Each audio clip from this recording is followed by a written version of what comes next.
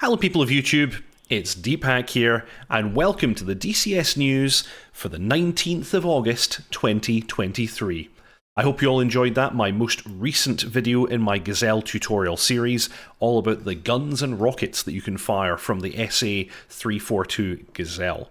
Next week I will demonstrate the Mistral, which is the air-to-air missile that you can fit to the Gazelle, which actually does make it a rather threatening platform. If you have people flying low level doing CAS missions, or if you have other helicopters in the area, the Mistral is actually quite a dangerous weapon for people to deal with. So that's going to be a bit of fun. Works very much like a Sidewinder.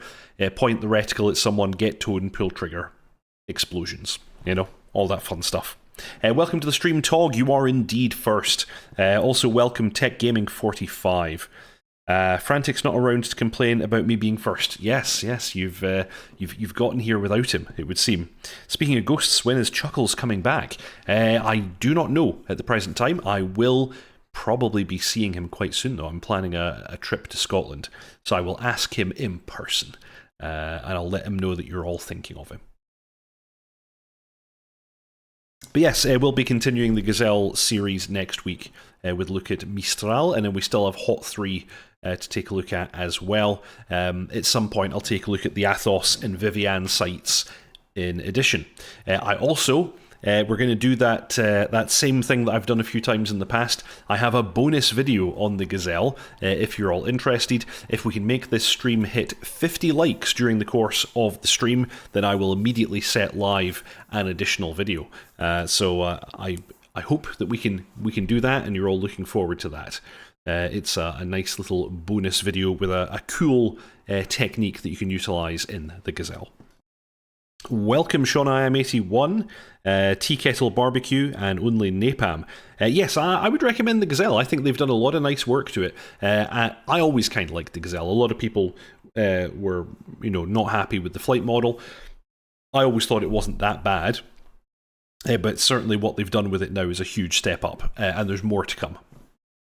There's more tuning and more cool stuff to come. Welcome Chandler Hedgevald, welcome to the stream. So without any further ado, let's go and take a look at the Eagle Dynamics newsletter, as we do every week. And it's kind of a fun one on this occasion. We've got a bunch of cool stuff to take a look at here. There was in fact an open beta update. DCS open beta version 2.8.8.43489 has recently been released. This update includes the eagerly awaited multi-crew feature on the Mi8 MTV-2 helicopter. This immersive edition allows you and your crew to operate this iconic aircraft simultaneously, bringing the concept of teamwork to a whole new level. This one's going to be a lot of fun because the total crew for the Mi8 is 4 people, and up until now, I think we've only had multi-crew with 2. So this is the first that I've seen that has more than 2, which will be really, really cool. Colin Kelly, welcome to the stream.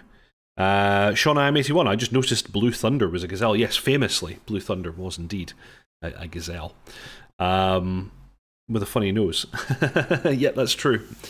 So this is kind of cool. I'm quite psyched about this. I'm going to look to test this fairly shortly, see if I can find 3 other people and we could do a full crew for an Mi8. I think that would be a bit of a laugh. We're also delighted to share a preview of the new pilot model for our beloved DCS Mi-24P Hind attack helicopter. Please read the details below and see the development screenshots. Stay tuned. I'll also bring that up as a tab ready to go. The DCS Mi-24P The Border Campaign by Armin Murazian is now available. This immersive and exciting campaign for the Hind offers simple but detailed mission briefs, 12 narrative missions, and a wide range of tasks, including patrolling, escorting convoys with weapons, and transport helicopters. Finally, don't forget that the B-17 livery competition is ongoing, and this is your last chance to enter and win prizes. Thank you for your passion and support. Oh yeah. Pink Floyd, late but here, Comfrey and DCS, welcome to the stream. Fair FM, welcome. Paul Dillon, welcome. TechGaming45, we tried the multi-crew in the HIP last night, got some bugs in it. Multi-crew in DCS has never been perfectly smooth, and this is their first implementation of it for the Mi8, so yeah, I would expect some strangeness, but the idea of having 4 people in a hip is pretty damn cool, I would say. The eagerly awaited multi-crew functionality and the corresponding changes for voice chat and cargo ops support are now implemented with the most recent open beta update. Enjoy. 4 crew positions are available, including the cockpit crew and the side gunner. We have added new functionality to multi-crew join requests, permitting the crew commander to see the various role requests. The DCS Mi8 MTV2 has specific AI crew functionality for the mechanic technician. I always thought that was the flight. The flight mechanic? The flight engineer. Anyway, center cockpit seat, such as the on-demand monitoring of the yaw autopilot channel. If a human player takes this role, then the AI functionality ceases to work automatically and switches over to the specific player to manage. While working with cargo, the mechanic technician, or flight engineer, is moved to the rear cabin for cargo ops observation and management. This sounds really cool. I want to try this. This sounds like a lot of fun. Tog, this is why you don't leave food in the heli. No food, no bugs. Very funny. Eagle Wings, hello all. Some juicy DCS updates to go through today. Yes, indeed. Yes, we've had some cool stuff. Cool stuff to play with. Not least of which, a big update to the coordinate entry for the Harrier, which I created a special video for. And also, just to mention again, we're whoring for likes tonight. If we can get 50 likes on this stream, I will immediately set live an additional bonus Gazelle video. You've all been warned. Do me a solid and don't shit yourself. Anyway, Mi-24P Hind development progress. We are nearing the completion of the Hind's first-person in-cockpit 3D pilot model. As a matter of interest, the work on these models is a relatively sophisticated process. Here are the key steps. Stage 1, pilot figure modelling. The basic articulated human body is selected and the desired clothing style and fabric is laid over it. The analysis of original flight suits, parachutes and crew equipment, along with photographs and video, is collated. Additional talks with pilots and SMEs are made to iron out any fine nuances. Facial modelling to a suitable character is developed, with skin and detail texturing to follow. Stage 2, placing the pilot model in the cockpit and animation. In-cockpit animations are selected with the view to delivering natural man-machine interface, as well as realistic body, head and eye movement.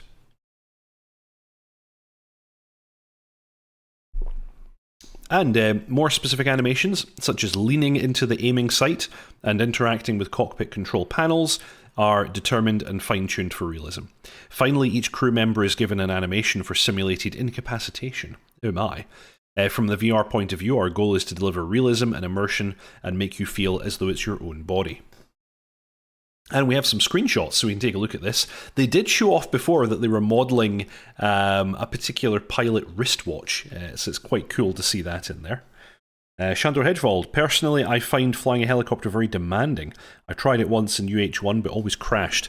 Yeah, it is. Flying the helicopters is much more difficult. Quite nice detailing on this pilot model, I like this. This looks really good. I need to fly the Hind again a bit more. I haven't flown it that much and I've never recorded any videos on it. So if people are interested, maybe that's something I do at some point. But yeah, they've clearly spent some effort on this wristwatch. But yeah, all the rigging and stuff looks really good here. I like this. Very, very nice indeed. The Border, Mi-24P campaign. Prepare to embark on an immersive journey fraught with adrenaline-pumping action and strategic decision-making. Set in a war-torn region, you will face challenging missions that will test your piloting skills and tactical prowess. DCS Mi-24P Hind, the Border campaign, offers a rich narrative experience packed with thrilling combat scenarios. Make sure to download it now. Enjoy. Thank you again for your passion and support. The game player, any news on the Eurofighter? Not really, no, we shouldn't expect to see the Eurofighter for another few years. Really not much to add to that one. There was... Let me see now, actually there was something that they posted on their channel not that long ago. Eagle Dynamics, that is, where they showed off some stuff in a video. Let me see if I can actually find that. Yes, okay. Actually, it was an Instagram video. Let me see if I can bring this up. Will this work? Yeah, here we go. Okay, this has got music in it, so sadly I can't share the music component. But yes, there was indeed this post here, where they showed off basically saying different aircraft from different eras. There are some shots of the Eurofighter. This is probably the most recent look that we've had at the Eurofighter. The external model is looking really, really nice here. So, you know, we can certainly see that much. Anything else, I don't think we're going to see much about this aircraft for a while yet. Yogi, welcome to the stream. Good to see you. So anyway, yeah, check this out. HeatBlur's Instagram channel has a little thing there. So yeah, that's the Eagle Dynamics newsletter for this week. Probably the biggest piece of news here actually being the open beta update. We got a bunch of really cool stuff here. Introducing multi-crew functionality for the Mi8, introducing warehouse management functions for DCS World scripting engine. These are read-only at present, but I believe they've got more stuff to come. And the Hind, the Mi24P campaign that we were just talking about. Can you share the link for that video, please? Unfortunately, my chat and my stream are on two different computers. So no, I can't do that right now, but what I will do is I'll do a post on my channel. I'll do a YouTube post where I will link to it, and that means everybody can get a look at that. So you'll see that after the stream. Paul Dillon, looks like ED Mi8 update is paving the way for the CH-47 and C-130 multi-crew. I agree. I would expect this is them kind of trying to stress test it by adding additional crew members and see how that works.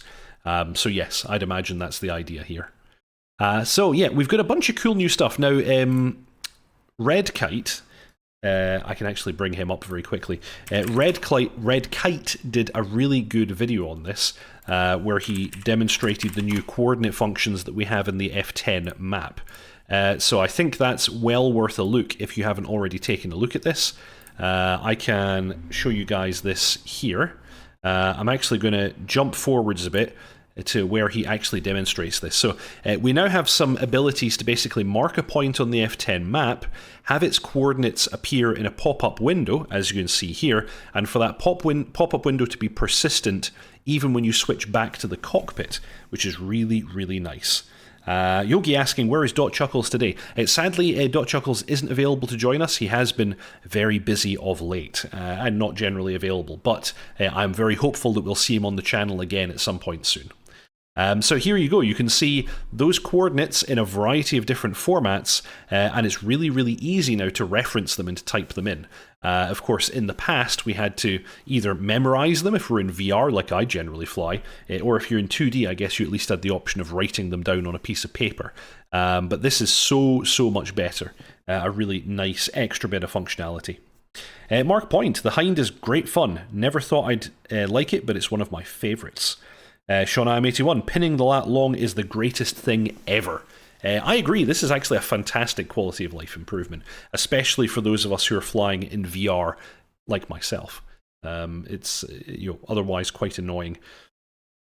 We also have these pop-up panels now showing availability of fuel and weapons, which is kind of handy as well. And they're persistent between F10 and the cockpit view as well. So really nice video from Red Kite. Always recommend his channel. Check out Red Kite on YouTube. Back to the changelog. We have a bunch of fixies. I'm not sure if there's anything else massively worth picking out here. JTAC can now mention the APKWS, which is nice. Added role requests to multi-crew join requests. That's kind of nice. The Apache. Bunch of fixies. Mi8, of course, we get the multi-crew. Hind, we improve Petrovich AI's control over altitude. F16, bunch of fixies. F18, bunch of fixies. We, actually in the case of the F18, they're adding FM as well, FM frequencies, which is nice. Tog, wonder if there will ever be a V22. That'd be an interesting heli to have. Well, that would be super cool. That would be super cool. And do you call it a helicopter, or do you call it a verticopter? Or what exactly do you call that thing? It's an interesting machine. F5, we're continuing to see some fixes for the F5 here and there. Still waiting for the RWR to be fixed, but this is nice. A10 added the wheel chocks on cold start. We just got the wheel chocks in the previous update. Load of fixes for the F15. Very nice to see this. Razbam clearly still in very active development. And a bunch of added things as well. We've got new autopilot modes for course, steer mode, TACAN, steering mode. Yep, bunch of cool stuff here. Harrier, you'll see my video on my channel all about the new lat-long input formats. This is a big step up and makes it more realistic, so that's very nice to see. And you've also, I'm actually going to make a video about this as well, we've got new special options where we can set default MPCD gain and contrast. So this is kind of the first step towards having something like a DTC, where you can have your displays pre-programmed somewhat. Very nice to see this, and like I said, I'll make a short video demonstrating that very soon. F14, some bits and bobs here. GF17, small fixes. Gazelle fixed the hot missiles losing track on the SA342L. That's nice. F1, bunch of fixes. C101, fixes. The rest are all just fixes. And then some campaign stuff as well. So a nice update, a really, really nice update. Of course, the big ticket items here being the Mi8, the warehouse management, chocks for the A10. I'm sure people are happy to see those. Really, really nice stuff. And the coordinates on the pop-up, really nice. Yogi, how do you set a mark point in the F18? Actually, it's really, really easy. I think I demonstrate it in one of my tutorials for the F18. You have a mark point push button across the bottom of the EHSD. I think it'll start off saying MK0, you push it and it creates mark point 0, and then you just repeatedly push it to make more mark points. Thank you very much, Yogi, for the donation. That's extremely kind. Thank you very much for your support of the channel. Pink Floyd, lots of good YouTube tutorials for that. Yes. Yep, including ones from Deep Hack himself. This very channel you're watching right now. Tilt rotor aircraft, says Tog. Yeah, I guess it's tilt rotor. Yeah, tilt rotor. So, moving on with additional news stuff. This happened, like, basically after I hit stop on the last stream, and it's Red Star Simulations talk DCS MiG-17 with Enigma. Now, this is via stormbirds.blog, a really excellent source for DCS news. Can't recommend them enough. Enigma of Enigma's Cold War fame recently interviewed Red Star Simulations on his YouTube channel, gathering insight into the creation of the in-development DCS MiG-17. We get some interesting details behind the project and a couple of behind-the-scenes videos that give us some great info on how the MiG-17 will fly in DCS. So we have a link here to the video on Enigma's channel. This is well worth a look. I would take a peek at that.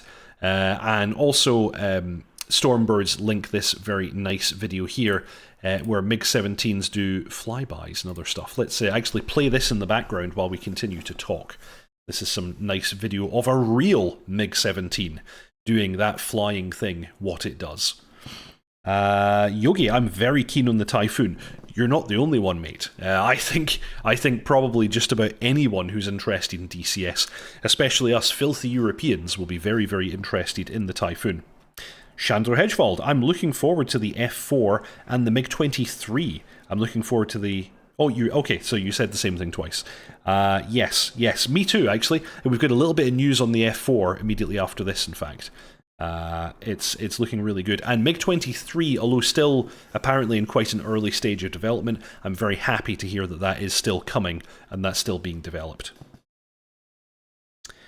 Pink Floyd, what does the bottom part of your t-shirt say? That's item number 2, off by 1 errors. Yes. MiG-17, quite an impressive aircraft, one of the earliest aircraft to have an afterburner. And if I remember correctly, it was supersonic, which is quite nice. Just look at that thing go. Very cool. And one of these is going to be coming to DCS. This, of course, being a kind of Korean War era / Vietnam War era aircraft. So this is perfect for the earlier aircraft. Contemporary with things like the F-86, I would imagine. Upgraded cigar. Yes, exactly. So yes, continue to slap that like button if you don't mind, everybody. Once we hit 50 likes, I have a bonus Gazelle video that will go live. If it happens during the course of the stream, I'll immediately do it during the stream. If it's after the stream, then I will, of course, set it live then. But some extra delicious Deep Hack Gazelle content for you coming soon. Tog, North Korean MiG-17, best North Korean MiG. So anyway, this is looking very, very cool. Like I said, this was all... this all comes via stormbirds.blog. So although the MiG-17 is closely related to the MiG-15, its added and optional weaponry and performance certainly make it an interesting proposition and another worthy challenger on some of the Cold War servers, including Enigma's own. A few years ago I had the pleasure to see Randy Ball, that's a porn star name if ever there was, perform with his MiG-17 at an airshow, and the combination of impressive manoeuvrability and the absolute raw afterburner that shoots flame out the back made it a crowd pleaser, and me quite the fan. Check out this video below to see him perform and watch for that afterburner. Nice. So, there we go. That's MiG-17. Tech Gaming 45, forgot to order cheese for my pizza. That sounds like quite the mistake to make, sir. Quite the mistake. Anyway, on to the next one. And again, from stormbirds.blog. This is a biggie. This one actually also landed very shortly after I finished the stream last time. Heatblur share last miles update on the DCS F4E. Just look at this. Amazing, amazing machine. DCS World has several high-profile projects on the go right now, but it's likely Heatblur's DCS F4E Phantom 2 project that has captured the greatest amount of attention. This latest update gives us a sense of where the team are at with the DCS F4E and how much longer the wait might be for this project. Oh, and we have a bunch of new screenshots, including some beautiful shots of the cockpit. So we're going to dive straight into this because they're not joking. This is, Heatblur stuff is always absolutely stunning. The F-14 absolutely raised the bar when it came out, and this is further ridiculous heights of detail and deliciousness, I would say. Tog, so maybe with the MiG-17 we'll get a Korean map, can't do F4 without a Vietnam map, just saying. My understanding is that both Korean and Vietnam maps are coming, but neither is presently being worked on. So absolutely delicious detail in here. They've even done some in a kind of monochrome to give it an old school feel. There's an external shot there with some an old school mix of Mavericks, laser guided bombs, and I guess those are Sparrows on the outside there as well. Very interesting looking aircraft. Another nice monochrome pic of the interior, looking very, very nice. Clearly in a shutdown. Wait a minute. No, I thought it was shut down because I assumed the attitude indicators were toppled, but actually no. It's not in a shutdown state, given that it's currently flying at 0.8 Mach. So no, this is clearly it in flight. Welcome to the stream, Orleans Junkie. No problem, don't worry. More shots of the cockpit of the F4E from Heatblur, looking very, very nice indeed. And we do actually have a little bit of an update from them. But yes, just a quick reminder, if we can all slam that like button, that'd be a really big help. Once we hit 50 likes, I have a Gazelle video that I will set live. Look at that beast. That absolute beast of a machine. So yeah, we can see centerline fuel tank, 2 Sparrows, 2 laser-guided bombs, and apparently those Mavericks that were on it earlier are now gone, so I guess they got fired. Also got some kind of targeting pod. I don't know exactly what pod this is that the F4 carries. I wonder, would it be the same one? Would it be the same one as the F-14? F-14 carried Lantern. I wonder if it's Lantern. No idea.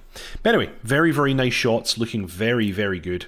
2 years in the making, Heatblur have been diligently working away on the F4E Phantom 2 for DCS World, not only as the next release in the developer's portfolio, but also as a technology platform supporting both their prior projects as well as laying foundations for their next projects. According to the update, Heatblur are currently working on Jester 2.0, the AI assistant that will help pilots manage this 2-seat airplane. Here's an excerpt of what they had to say about the development of Jester 2.0. Not only do we have to make sure that new features developed are great, polished, and fun on day one, but since we'll be reusing a lot of our new technology in both past and future aircraft, we're treading thoughtfully. We've always tried to look for new ways to further DCS and our own products, and the Phantom will be no different. Elements like better in-game learning or RPG-like mechanics in Jester are just some examples of where we've gone this time around. And this is very much the case. You can see with the updated RWR model that they're creating for the early model F14A that they're donating straight back to Eagle Dynamics for all DCS people to use, that they really are upping the game and increasing the level of tech in DCS overall. Pave Spike says Tech Gaming 45. Very cool. Mangash, the textures on this aircraft are nuts. Yes, they are. They're very, very realistic looking. That last little bit about the RPG-like mechanics sounds particularly interesting, and it should be really interesting to see where the interactivity between ourselves as the virtual pilot and Jester 2.0 can take us. The first iteration came to us in the F-14, and similar techniques have since been employed on other modules, including George AI for DCS H-64D and Petrovich AI for DCS Mi-24P Hind. And of course, Razbam have also said that they're going to develop something for the Strike Eagle, which sounds very nice. As with prior releases, Heatblur intends to offer a feature-rich experience from day one, with as close to feature complete as possible. No release dates have been given yet on this project, and given the challenge of making an estimate date, it seems unlikely we'll get one until shortly before it releases to us. Heatblur indicate that they are working hard on bringing us the F4E, but indicate that there will be updates for the F14, AGS-37 Viggen, the Microsoft Flight Simulator F14 project, and other Heatblur elements shipping this year. Whatever that means, says Stormbirds. I assume that means the AI intruder. I think we're probably going to see that. Heatblur report that they will be relatively quiet as they work towards their goals. Release of the F4E will almost certainly be a momentous occasion. And they have their Facebook page here, which, really is just more of the same. We're warming up your seat. The last miles are always the hardest, and the team is presently working night and day to get DCS F4E ready to launch.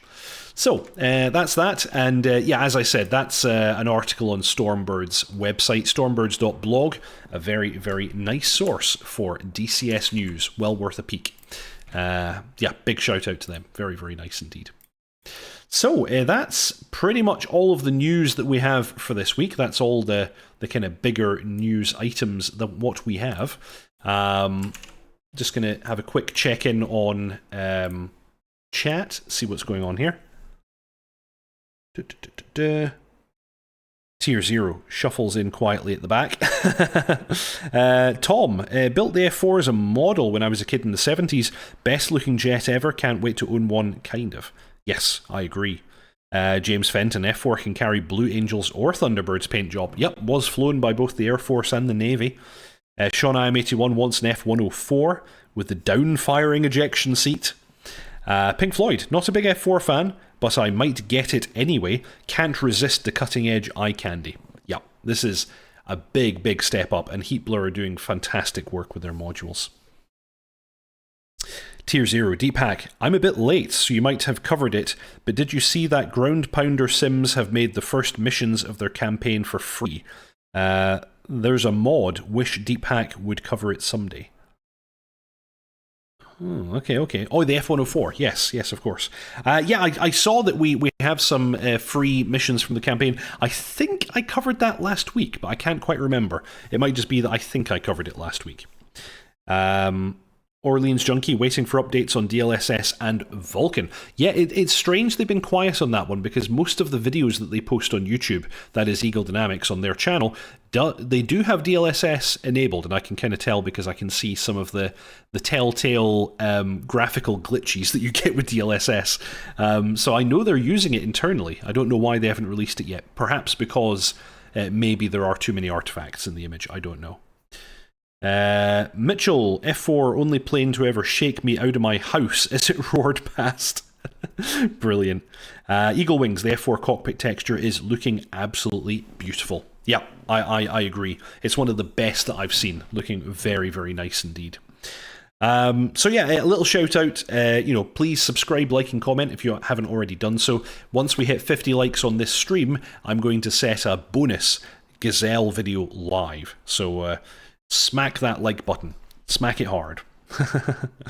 Yeah, Mangash, I want my DLSS glitches too. That's the thing, like, DLSS does give you a fantastic improvement on frame rate, but you can always tell there are always like little glitches here and there in the image. So if you look closely, you can tell when DLSS is on. So you definitely have a reduction in clarity. However, I'd imagine for certain applications like VR, you're not going to notice. I don't think it's a big deal. Tier 0, I was probably late then as well. That's fair enough. You can always watch the streams after the fact. They're recorded and kept on YouTube.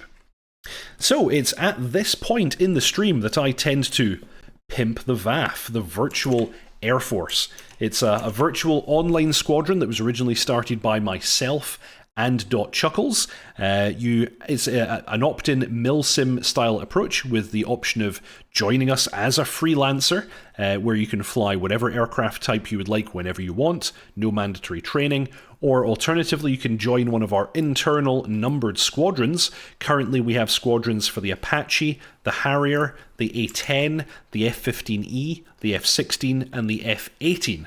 And if you join those, you can do type ratings and additional qualifications. We have a full suite of training with our highly skilled instructors and squadron leaders. So go ahead and join us. You'll find the Discord link in the show notes below. Everybody is welcome, whether you fly with us or not. We fly on Tuesdays and Thursdays at 8 PM UK time. We're currently doing a series of training sessions. Later that'll be followed by a campaign where we'll do a full campaign of missions together as a deployment.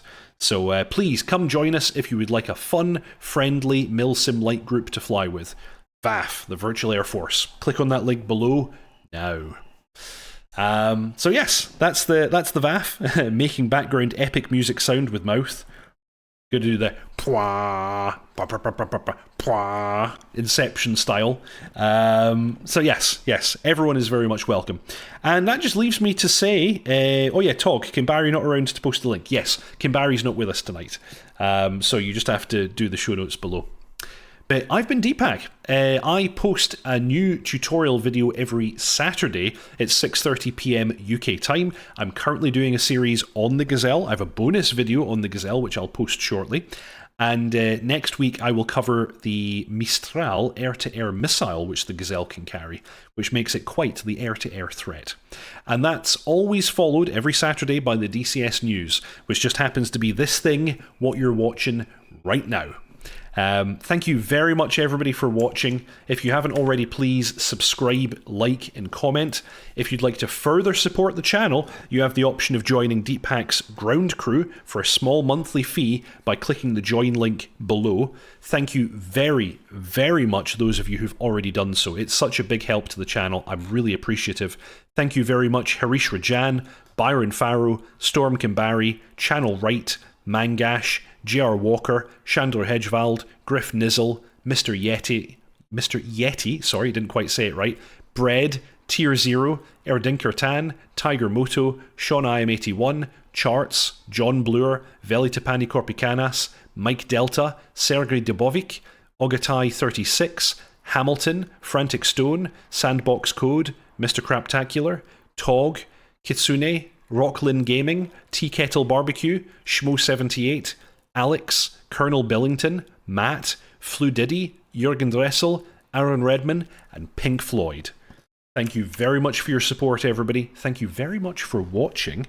I'm actually just going to take a look at chat before we finish up. Fair FM, Legacy Top Gun music sounding, don't you hear that? Yes.